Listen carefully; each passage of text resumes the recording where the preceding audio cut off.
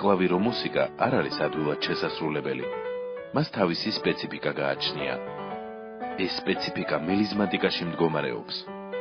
თვითონ სიტყვა გალამაზებას ნიშნავს. ეს არც თუ ადვილი შესასრულებელია და გარკვეული უნარჩვევების გამომუშავებას მოითხოვს.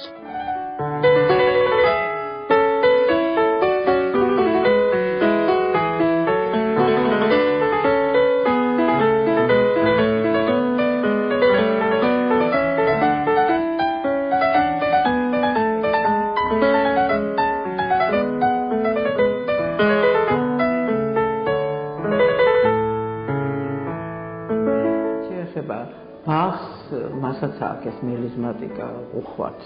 შემდეგ კლასიკოს კომპოზიტორებშიც არის, ოღონდ იმას ცოტა სახე იცვალა მელიზმების თვითონ ხას მელიზმებმა და შემდეგ თანდათანობით უკვე რომანტიულ ეპოქაში და მე-20 საუკუნის მუსიკაში თანდათან ეს სულ მცირდება ამის აუცილებლობა.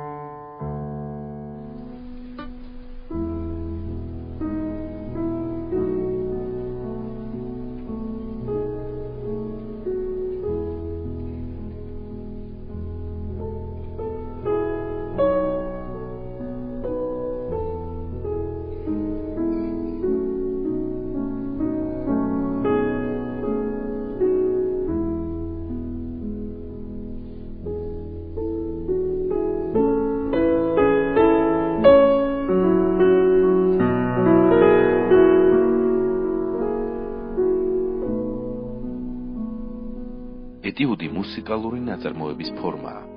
ერთგვარი სავარჯიშო, რომელიც შემსრულებლის ტექნიკური სრულყოფის მიზნით იქმნება.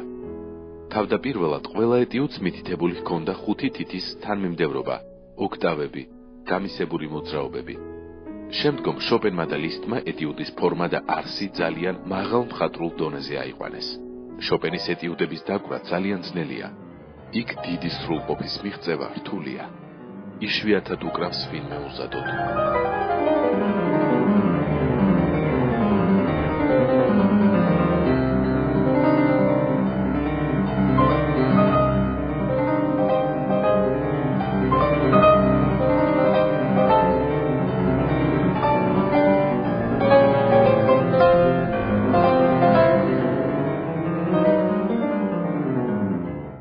არის ასეთი გაგება, ხელის დაყენება, ისევე როგორც ხმის დაყენება, რომელიც პრინციპში არასწორია. ეს არის საშემსრულებლო მოძრაობათა ორგანიზება. იგი ინსტრუმენტთან ურთიერთობას გულისხმობს. არსებობს სხვადასხვა სკოლა, რომელიც განიხილავს პიანისტისათვის ჯდომის რომელი სახეა მოსახერხებელი. აქედან გამომდინარე იქმნება თეორიები, რომლებსაც პრაქტიკაში ახორციელებენ. იყო ასეთი პიანისტი მარი ჟაილი, რომელმაც თავისი სკოლა შექმნა. ვინტერესდებოდი, როცა ხედავდი სხვადასხვა პიანისტებს, რომლებიც ცოტა დაბალ სკამზე ჯდებოდნენ და ხელით ჩვენთვის ცოტა უჩვეულო პოზიცია ჰქონდა. და ის თვითონ მარი ჟაილი თავის მოწაფეებთან მუშაობის განმავლობაში ძალიან რაღაც ბგერის გამომსახველობის მაღალ დონეს აღწევდა და მე სხვებმაც გაიზიარა ეს შეხედულება და ისინიც აი სკოლის მიმდევრები გახდნენ.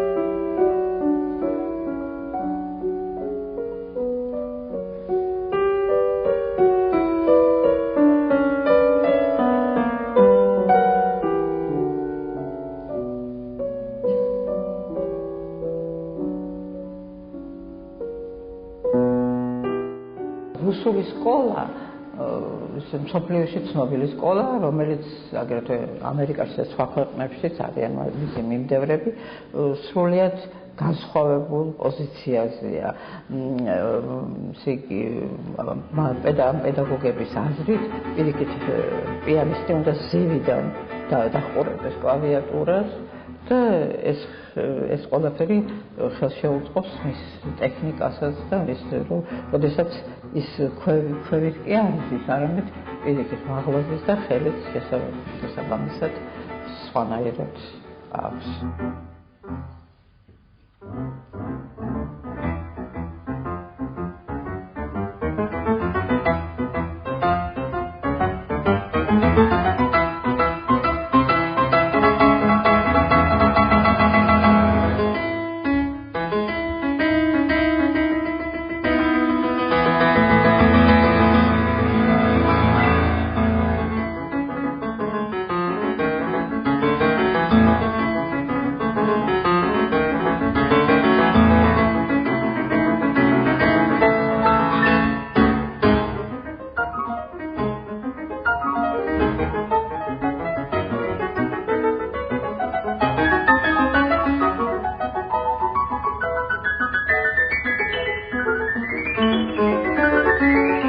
ტექნიკა მუსიკალური ფრაზის თუ აზრის გადმოცემის საშუალებაა.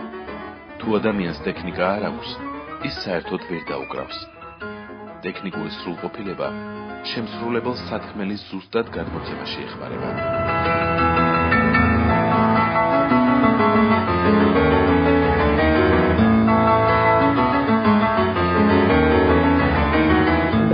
ისე როგორ აიღო, რა ტემბრით გინდა აიღო, რანაირი სიღრმით და ასე შემდეგ.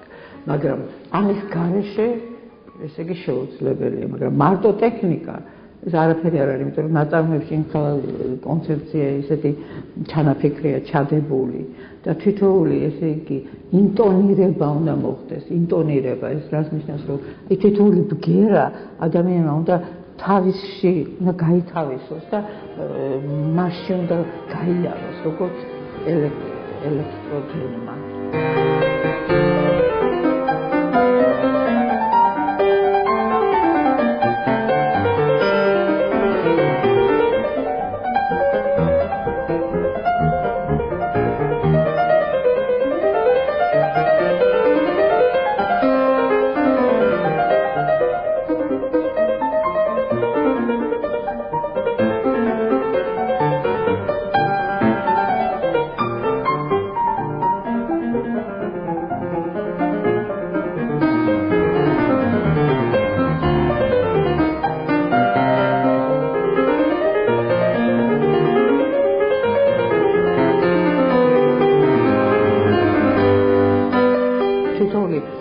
ჰარმონიის ცვლილება ეს თუ არა ბევრი გრძნო ადამიანმა ეს იგივეა რომ აი თქვა უყურებდეთ რაღაც გარკვეულ ფერს და შემდეგ მეორე ფერი ვერ შეამჩნიოთ ხო ეს რაღაც სიბრმავის რაღაც ელემენტია ასევე აი ყური უნდა იყოს ძალიან გამძაფრებული აი გერების ერთმანეთში გადასვლაზე თუ გინდა ჰარმონიის ცვლილებაზე ტონალობების მოდულაციებზე ამას როცა ვიგრძნობს ადამიანი და ეს მისთვის ისე ჩაივლის რომ არამხოლოდ ყურადღების გამახვილება საერთოდ ვერ შეამჩნევს ასეთი შესრულებელი არასდროს არ მოხდოს სმენა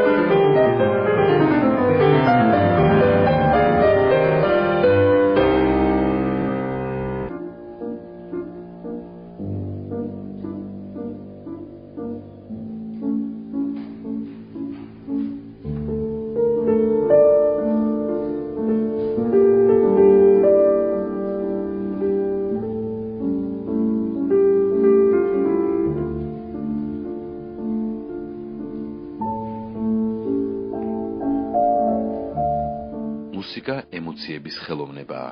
ემოციების სწორად წარმართვას კი ინტელექტი სჭირდება. მხოლოდ გრძნობებზე აყოლას დილეტანტიზმში გადახავს შემსრულებელი და ეს პროფესიონალიზმის მტერია.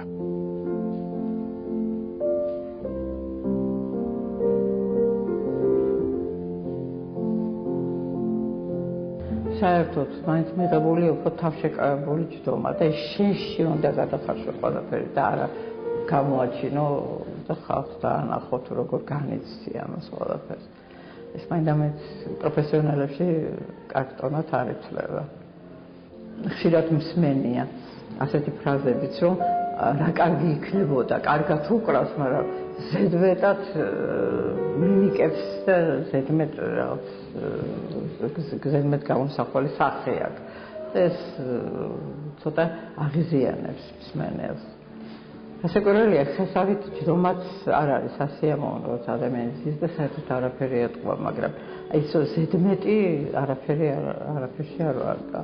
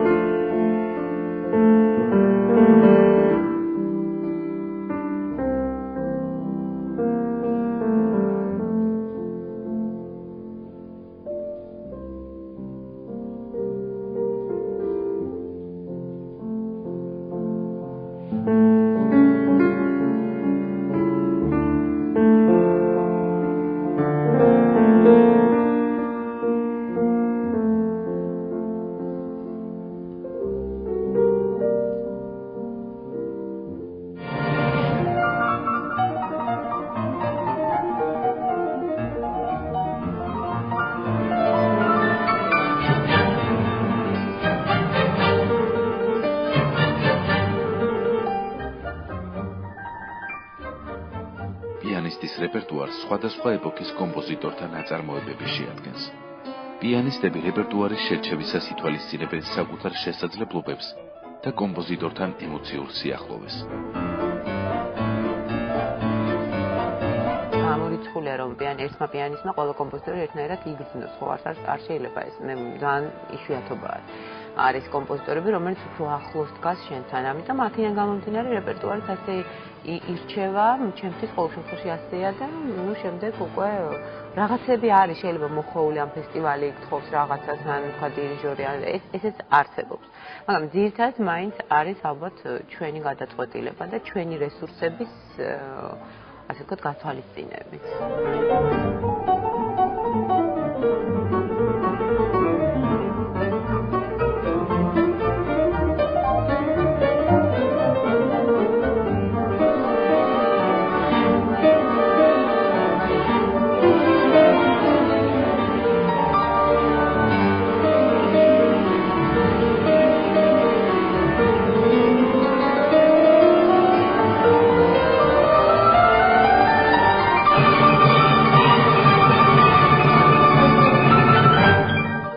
ნაწარმოებების შესრულების ტრადიცია, მაგრამ მუსიკალური ქმნილების სწორად ინტერპრეტირება ტექსტის სწორად წაკითხვას და ქვეტექსტების ამოხსნას ემყარება. სწორედ ინტერპრეტაციის მიხედვით განასხვავებენ შემსრულებლებს ერთმანეთისაგან. ტექსტი, რომელიც არის დაწერილი, მისი ბიოგრაფია ხო სულ არ არის მნიშვნელოვანი იმისთვის, რომ გაშიფრო კომპოზიტორი. ძირითადად ტექსტში წერია აბსოლუტურად ყველაფერი. ტექსტის გარდა, როცა ტექსტი, აი რატომაც არის ტექსტის ასიმილაცია ქვია ამას. ტექსტში იმდენი რაღაცა დევს, რომელსაც რო კითხულობ, ხო არის, რომ ერთხელ წაიკითხავ, მე მეორეჯერ წაიკითხავ, უფრო ღრმად შედიხარ. ხო, ეს არის ამოუწურავი რაღაცა. ტექსტის გარდა, როცა უკვე ამას გაარჩევ, მე იმის მიხედვით უკვე შენს შინაგან ინტერპრეტაციასაც უმატებ, რასაკვირველია, მაგრამ კომპოზიტორს ყველაფერი უწერი, ანუ ფრაზები, რომელსაც გაშიფრავ შენ თვითონ ტექსტის მიხედვით. ის გაძლევს საშუალებას, რომ ნახო რა უნდა მას. და შემდეგ უკვე იკვრება, იმიტომ რომ ხა განსხვავებული ინტერპრეტაცია, ყველა პიანისტი განსხვავებული ინტერპრეტაციის ინტერპრეტაციას როცა დავარქმევთ, იმიტომ რომ ყველა ვინც უკრავს ინტერპრეტირებული არ არის ნაწარმოებები, ეს არ არის მართალი. მაგრამ მეგონებით დიდ პიანისტებს ვიღებ მაგალითად, რომლებიც მართლა ინტერპრეტაციას აკეთებენ შოპენის, თქვა ბეთჰოვენის და აი ინტერპრეტაცია რასაც ქვია, ხო?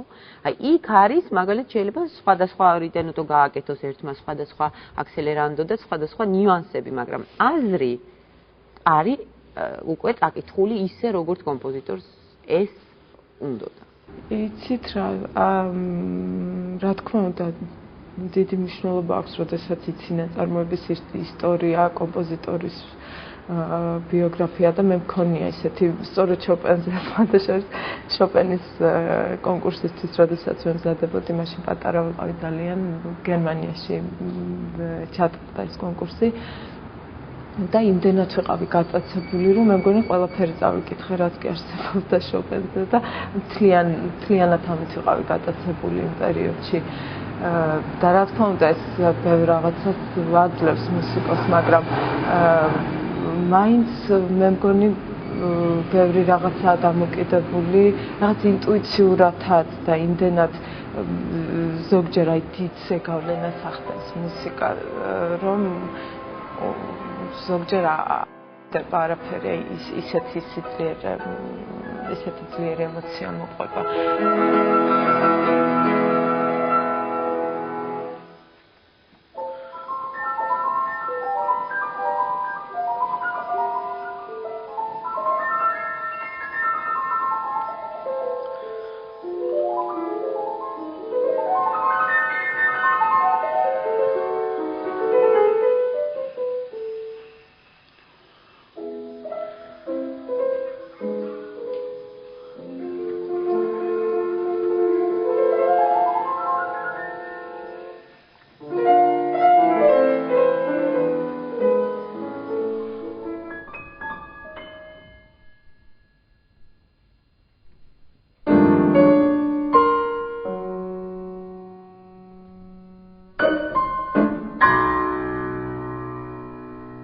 მეოცე საუკუნის მუსიკა საშემსრულებლო თვალსაზრისით ძალიან რთულია.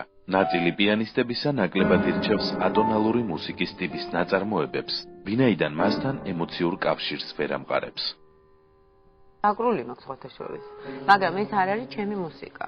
ბერგისონადაც მიყვარს სხვათა შორის და ყველაფერი, მაგრამ ეს არ არის ჩემი მუსიკა. ანუ მე შემიძლია რომ დაუკრა, მაგრამ ამაში ვერ ვავლენ ჩემ თავს, ანუ ჩემს ემოციურ შინაგან სამყაროსთან არ დგას ეს მუსიკა ახლოს. ატონალური მუსიკა მთლიანად, ესე იგი, თუმცა მე ვაღიარებ, რომ ეს ძალიან საინტერესო. არის მუსიკოსების კატეგორია, რომელიც ამას ძალიან კარგად ახერხებს. მიყავს სვენელამდე და იმდენად მე ეს ჩემთან არ მოდის და ვერ მოდის ყოველ შემთხვევაში, რომ მე ამ სამწუხაროდ ამ მუსიკას ვერ გადმოვცემ. არ არის შედეგი ისეთი, რომ როგორც მე უნდა ვთქვათ, ჩემ თავს მოვთხოვდი. მაგრამ არის რეპერტუარი, რასაც მე არ ვეხები და არ არის სავალდებულო ყველაფერს შეეხო, ხო? მე ვფიქრობ, რომ ერთ კომპოზიტორს თუ დაუკრავ, კარგად უკვე არ არის ეს.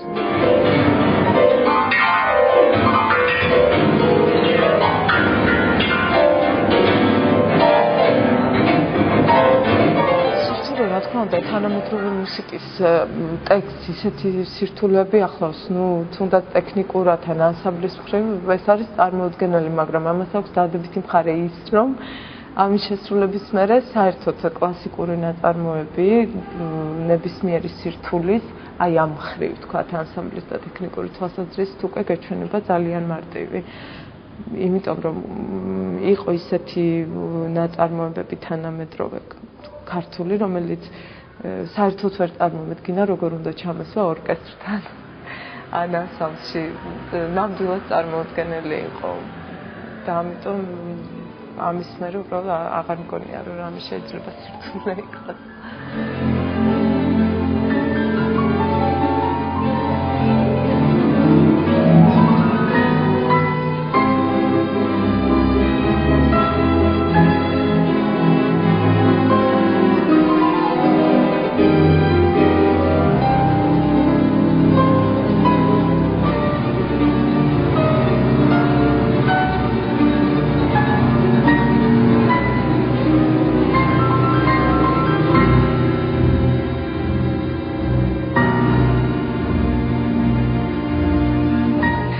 არ ვიცი, სიმართლე რო გითხრათ, მე კარგად არ ვარ გათვითცნობიერებული, ამას ვაღიარებ, მაგრამ იმდენი საინტერესო რაღაცაა დასაკრავი იმხელა რეპერტუარია, რომ მე მგონი რაღაცა დრო არის საჭირო იმისთვის, რომ ჯერჯერობით ეს რეპერტუარი ამოწურო და რაც შეეხება საერთოდ თანამედროვე მუსიკის თემას, მე უფრო მეტად გათვითცნობიერებული ვარ, ასე ვთქვათ, ქართულ თანამედროვე მუსიკაში და ბევრს უკრავ საკმაოდ ქართულ მუსიკას, ახალ ქართულ ნაწარმოებებს.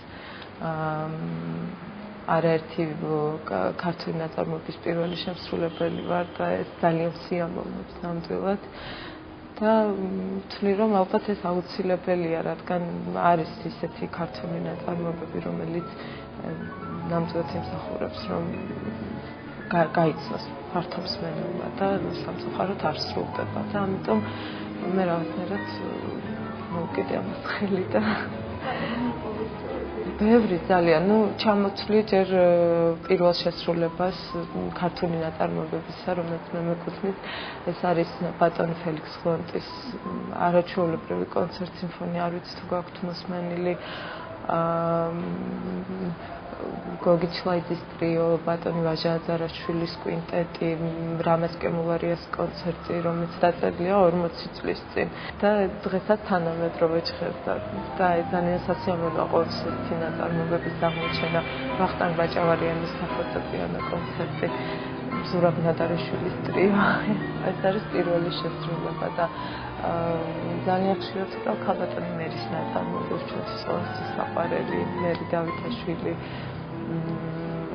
ოთარ ტატიშვილი, ალოიზ მიზანდარი, ქართული მუსიკალური სკოლის ერთ-ერთი ფუძემდებელი მოგეხსენება, სულხან ცინცაძე, არაჩვეულებრივი ჩვენი ქართული კომპოზიტორი და ბევრი და მე ძალიან ყოველთვის სიამოვნებით ვასრულებ ქართულ მუსიკას.